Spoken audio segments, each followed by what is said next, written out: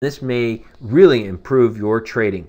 It is a pullback. You wait for a pullback. Unlike the way we handle and we trade the high close and the low close doji, remember, this candle you have to wait for a pullback at least to the midpoint of the Marabuzo. Wait for the midpoint for the pullback. It should act as support, and you risk a close, a stop below the close of that candle.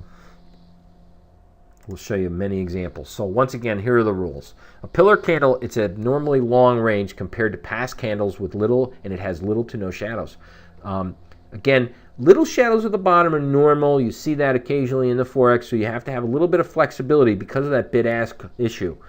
Bullish candles have a high occurrence of forming shaven bottoms. Bearish candles have a high occurrence of forming shaven tops, which means there's little to no wick or shadow at either end, okay?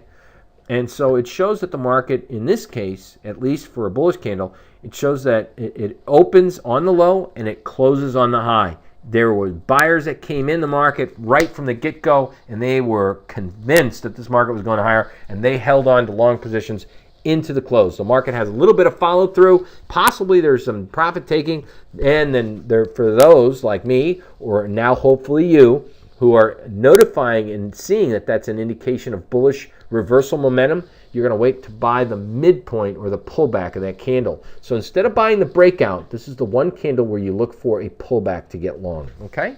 So pillars should hold 50% of its range or the midpoint and or the open as a significant support level. If the market corrects and if the market's to remain bullish and resume an uptrend, the open should be defended, and you should use a stop close only. If the market closes below that open, hit the button, get out, you're out.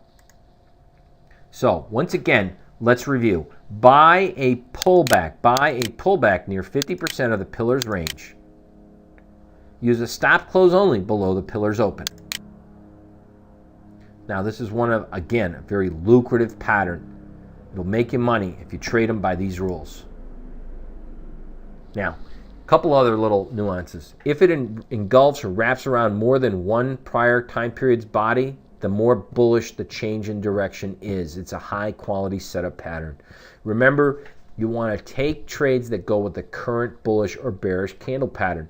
In a bullish Marabuzo or a blast off or benchmark or pillars, several names for them. Imagine this. The market's been in a downtrend. All of a sudden, you see this big, long, tall green candle. That shows that there's an immediate change in the market. You want to go with the current trend, which is now up. It was down. It's now up. Look to buy the pullback, the midpoint of that candle. You're lowering your risk as well because you know that you're not going to be buying the breakout. You're going to be buying the pullback. So therefore, you know your risk is reduced greatly because it's between the midpoint down to the close of the open. So the market closes below the open of the benchmark, that's your risk factor. You've reduced it by literally more than 50 to maybe 80% of a given range of price breakout. And I'll show you defining what that means. By the way, once confirmation is made that the pattern is working, you got to allow a little bit more time for the trade to mature and build momentum. Sometimes you see these benchmark candles, they break out, they pull back, and the market consolidates. As long as that midpoint to the open is holding, you're going to have to just be patient and watch this trade materialize. What it's doing is consolidating, getting ready for the second wave to the upside. So that's really, in essence, what the benchmark is. Here's a great example. The market has taken off, blasted through the high, possibly hit stops. The market, now some people may feel they want to get long or they're missing an opportunity. And can you imagine getting long here? The market pulls back to what? The midpoint of the candle. So the benchmark strategy stops just about what? Almost 2 pips above the highs we have of a previous high over here.